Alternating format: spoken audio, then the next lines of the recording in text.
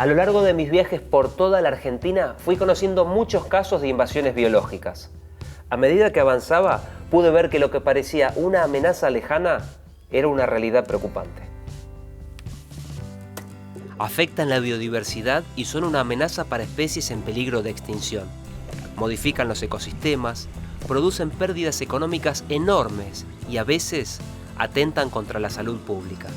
Se trata de plantas, animales, hongos o microorganismos que el ser humano lleva fuera de sus límites de distribución y que luego de establecerse invaden el nuevo ambiente. Están presentes en todo el territorio, incluyendo parques y reservas naturales. Sus impactos son silenciosos y profundos. Son las especies exóticas invasoras y lo que se verá a continuación los va a sorprender.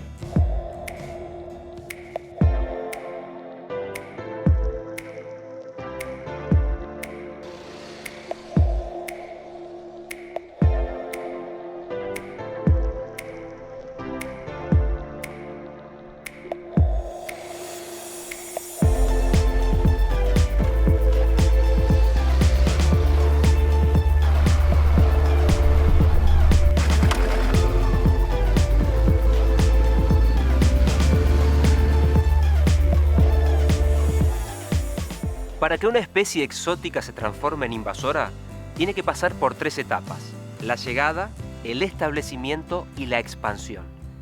De todas las especies que son traídas, muchas no llegan a establecerse. Algunas se establecen, pero quedan restringidas a zonas urbanas o muy localizadas. Y son unas pocas las que luego de establecerse comienzan a expandirse y a invadir ambientes naturales. Pero, ¿qué hace que una especie exótica se transforme en invasora?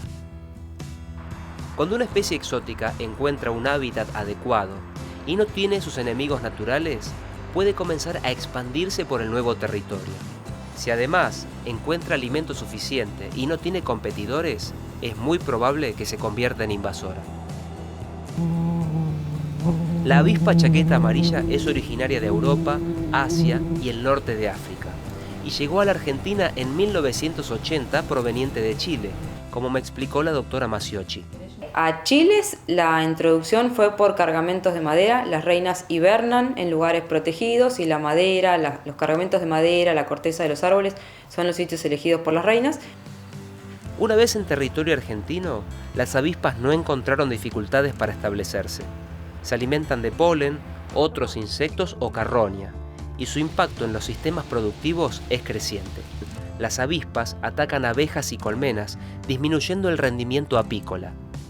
También afectan la ganadería vacuna y la producción de leche por las molestias que producen en los animales. Además de ser molestas, las picaduras de las avispas son un peligro para las personas. Esto también genera pérdidas en la actividad turística. Sabemos que hay registros de que hay gente que decide no venir, especialmente en esas zonas, por el efecto que tiene la chaqueta amarilla. Para controlarlas se recurre a los cebos envenenados, al uso de insecticidas y a otros métodos, pero su erradicación es casi imposible. Las avispas ya se expandieron en la región cordillerana desde Mendoza hasta Tierra del Fuego. Conocer las fases de una invasión nos permite abordar el control o la erradicación de una invasora en su etapa de establecimiento. Incluso podríamos impedir su ingreso al país. Una vez que la invasión está declarada, es todo mucho más difícil. Prevenir las invasiones biológicas es definitivamente la mejor decisión a largo plazo.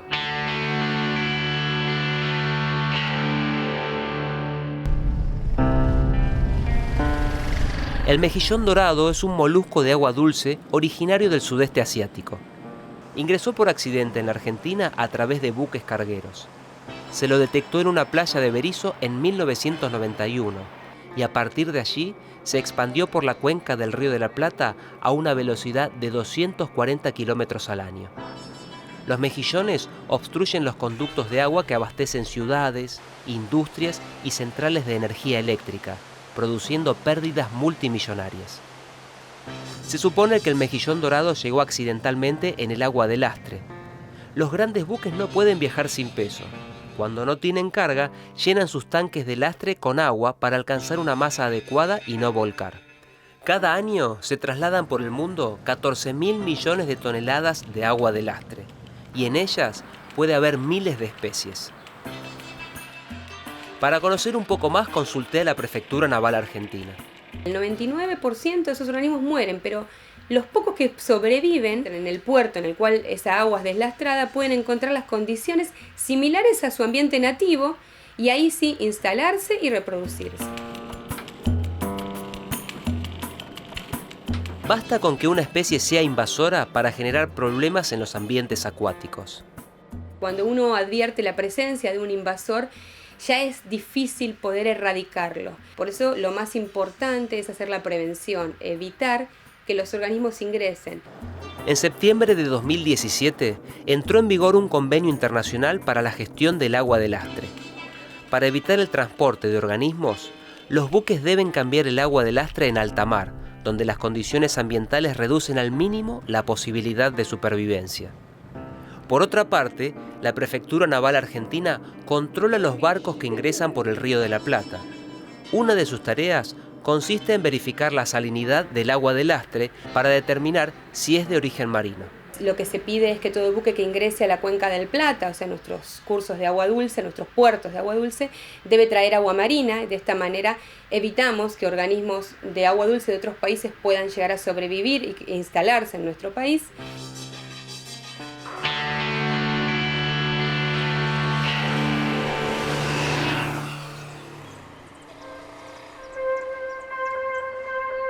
El trabajo de la Prefectura Naval Argentina parece una tarea imposible.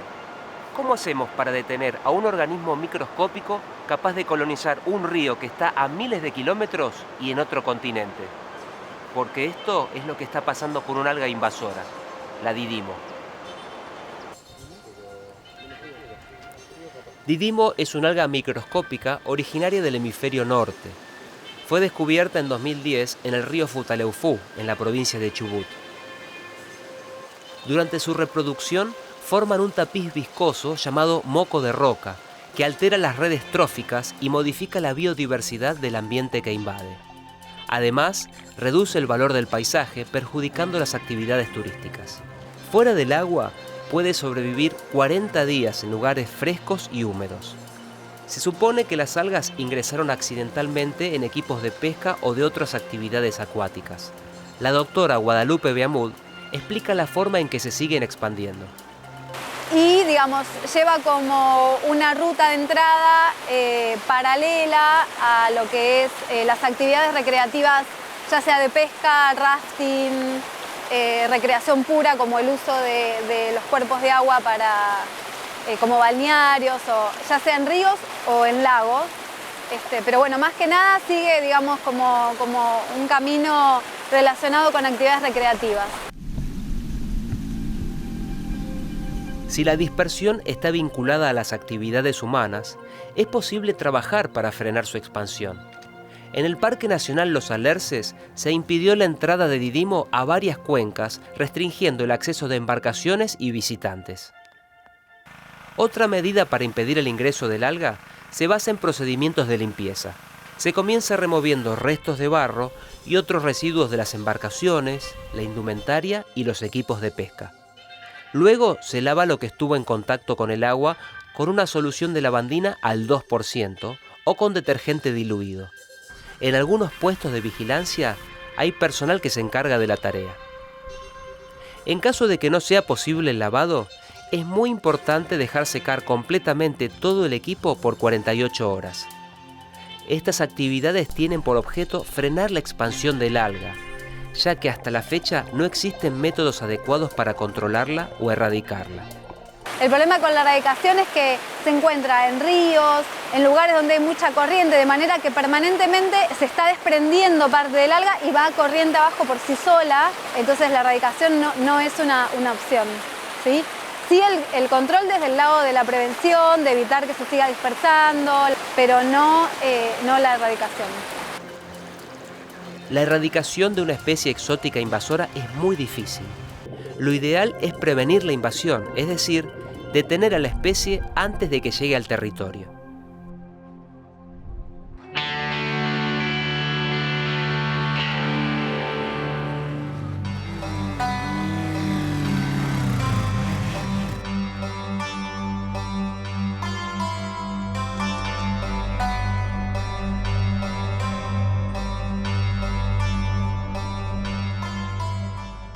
Una vez que llegó, la mejor oportunidad para erradicarla se tiene durante la etapa de establecimiento, antes de que comience su expansión. Esto se intentó con el caracol gigante africano. El Sistema Nacional de Información sobre Especies Exóticas Invasoras de la Argentina incluye 24 especies de caracoles y babosas. Una de ellas es el caracol gigante africano, y por eso consulté con un experto, el doctor Gutiérrez Gregoric. Es un caracol que puede llegar a tener los 20 centímetros de longitud total. Y en Argentina entró en Puerto Iguazú en el año 2010, como un primer foco, y teniendo un segundo foco en la Argentina, en la ciudad de Corrientes, la Corrientes capital, en el año 2013. Los caracoles ingresaron desde Brasil por pescadores que los usaban como carnada. La capacidad de poner entre 400 y 1200 huevos al año y la ausencia de predadores significan una competencia importante para los caracoles autóctonos. A medida que se expande, altera la composición y el funcionamiento de los ambientes que invade, pero además es una amenaza para la producción. El caracol africano es declarado una de las 100 plagas agrícolas más importantes, ¿sí? A nivel mundial. Si uno ve el listado de especies que puede afectar, es amplísimo, muy amplio.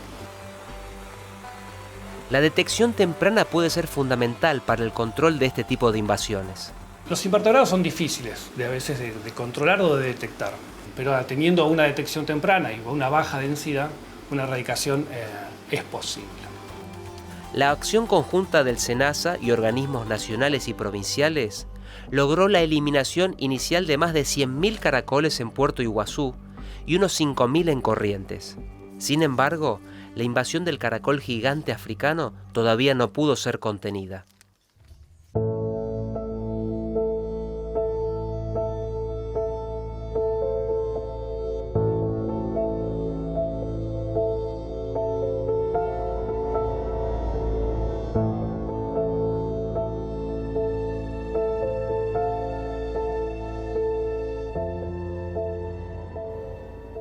Algunas introducciones fueron voluntarias, es decir, no se intentó prevenir la introducción y mucho menos controlar a la especie en una etapa temprana de la invasión. Cuando los efectos comienzan a manifestarse ya es tarde para estas medidas iniciales. Entonces nos enfrentamos a situaciones casi terminales. ¿Es posible erradicarla cuando ya invadió casi todo?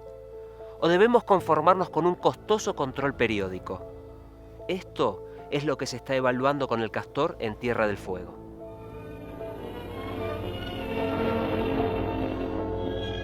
Nuestra Marina, con el fin de enriquecer la fauna argentina, adquirió En 1946, la Armada Argentina introdujo en la isla de Tierra del Fuego 20 castores provenientes de Canadá para enriquecer la fauna argentina. Los castores interrumpen pequeños ríos y arroyos con diques que les permiten elevar el nivel del agua y construir madrigueras seguras. Ya están en libertad, feliz y ansiada libertad. Los árboles se secan al ser cortados como alimento o material de construcción y muchos mueren por la inundación. En medio siglo, aquellos 20 castores se transformaron en 100.000. Hoy ocupan todas las cuencas de la isla, generando pérdidas por más de $65 millones al año. Erio Curto sufrió esta invasión en la isla de Tierra del Fuego. Cuando veo un impacto como este, trato de imaginarme este lugar con el bosque tal como era antes de la acción del castor. El proyecto para la elaboración de la Estrategia Nacional de Especies Exóticas Invasoras estableció 8 áreas piloto en Tierra del Fuego para probar si era viable erradicar los castores y restaurar los ambientes afectados.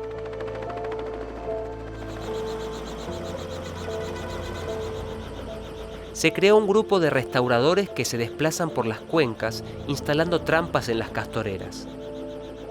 Cuando no quedan castores, se destruyen los diques para restituir el curso del arroyo y permitir la regeneración del bosque. La filosofía detrás de este proyecto es saber si la erradicación es posible en una escala pequeña. Hasta el momento se viene logrando, porque en los sitios pilotos que ya se han finalizado se pudo decir que no quedaban castores. La experiencia obtenida en los sitios piloto servirá como base para extender el esfuerzo a todas las áreas ocupadas por la especie. Lo que nosotros tratamos es de que queden capacidades en el Estado para poder continuar con este proyecto a lo largo del tiempo. Y lo otro que me parece también muy rescatable es que muchos de los aprendizajes que obtenemos del castor pueden ser extrapolables a otras especies exóticas invasoras. Los castores se encuentran entre los organismos que algunos ecólogos llaman ingenieros de ecosistemas. Son especies que por su biología pueden cambiar el funcionamiento de un ecosistema y crear nuevos ambientes, generando problemas ambientales. Algunos de estos ingenieros pueden ser plantas capaces de sustituir completamente un ecosistema por otro.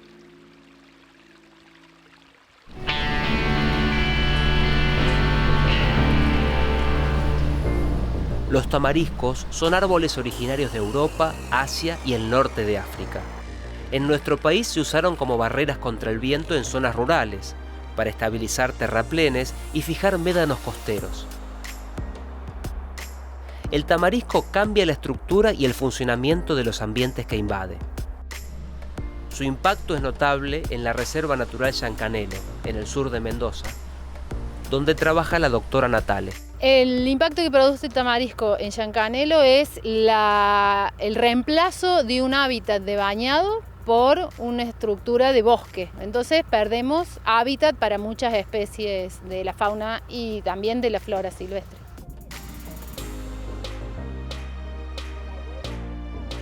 Los tamariscos invadieron 500 hectáreas al borde de la laguna, modificando el hábitat de muchas aves acuáticas. En la actualidad se está desarrollando un proyecto piloto para el control de los tamariscos. El objetivo es generar conocimientos que permitan contener la invasión y restaurar el ecosistema.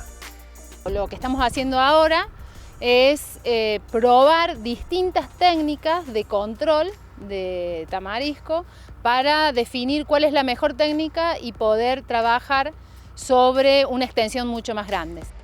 El proyecto aplica técnicas basadas en la biología de la especie.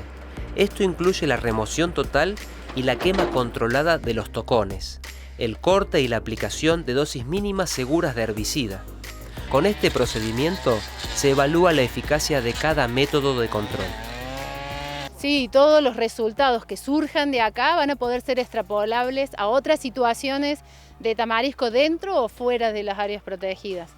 Siempre teniendo en cuenta las particularidades ambientales que tengan esas áreas.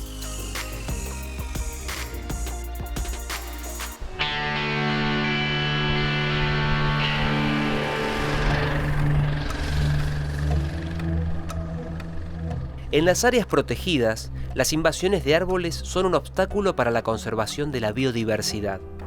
Además de los tamariscos, hay otras especies que pueden convertirse en invasoras. Para conocer más sobre esto, recurrí otra vez al doctor Sergio Salva. El problema del avance de los pinos en la Sierra de la Ventana es una de las amenazas más significativas para la conservación de la diversidad biológica. Las comunidades vegetales de las sierras están adaptadas a la sequía, están adaptadas al calor, están adaptadas incluso a quedar cubiertas por una capa de nieve en algunos días del invierno, pero no están preparadas para la sombra. Nunca hubo en esta región de la Pampa árboles nativos. A medida que la invasión avanza, se forma una masa de pinos que cambia las condiciones del suelo, reduce la vegetación nativa y empobrece las comunidades de fauna. Desde los invertebrados hasta todos los vertebrados, los reptiles, las lagartijas, las culebras, las aves, los pequeños mamíferos, ya no pueden vivir dentro de un bosque como sí lo hacían en un pastizal. El Parque Provincial Ernesto Tornquist, en la Sierra de la Ventana, tiene un plan de manejo de especies exóticas invasoras que incluye la remoción de los árboles y el monitoreo de la recuperación del pastizal. Entonces es fundamental enfrentar los problemas de invasión lo antes que se pueda, porque las chances de ser exitoso en el control y los costos asociados a esas acciones de control, por supuesto, son mucho más propicios si uno consigue enfrentar el problema en los estadios iniciales. Las medidas de control tienen sentido cuando las invasiones ya fueron declaradas y los impactos ambientales, económicos, sanitarios o culturales comienzan a ser severos. Pero algunas invasiones podrían evitarse fácilmente si la población estuviera mejor informada. Es el caso de las que comienzan con la liberación de una mascota.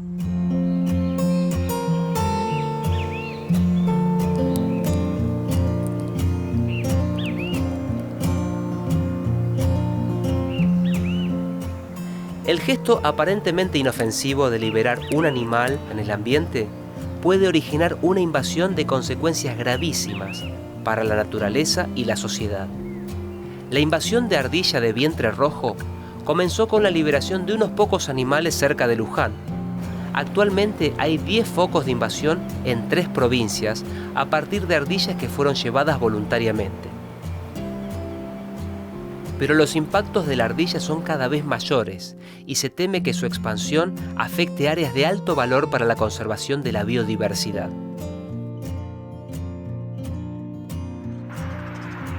Algo similar ocurrió con el estornino pinto. De un pequeño grupo que alguien liberó en Buenos Aires hacia 1987, hoy se encuentra en 10 provincias y sigue en expansión. Es una de las 100 especies más invasoras del mundo, que genera pérdidas multimillonarias cuando ataca cultivos comerciales. Para el Dr. Salva, estas invasiones y muchas otras podrían haberse evitado. Nosotros entendemos que liberar un animal que está en cautiverio es un acto de piedad, ¿sí? Es un acto bueno. Tenemos que comprender, primero, que en la mayoría de los casos esos animales no van a conseguir sobrevivir en el ambiente donde los vamos a liberar. Y segundo, que en el caso que sobrevivan, podemos generar un impacto significativo sobre los organismos que ya están en ese ambiente. Las invasiones biológicas están cambiando la forma en que percibimos la relación entre sociedad y naturaleza. Los impactos que generan son graves y costosos, y sus consecuencias a veces irreversibles.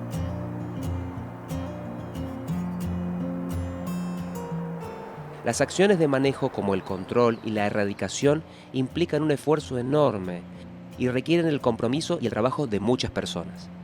Conocer más sobre las especies exóticas invasoras y sus efectos es el primer paso para frenar su ingreso y expansión.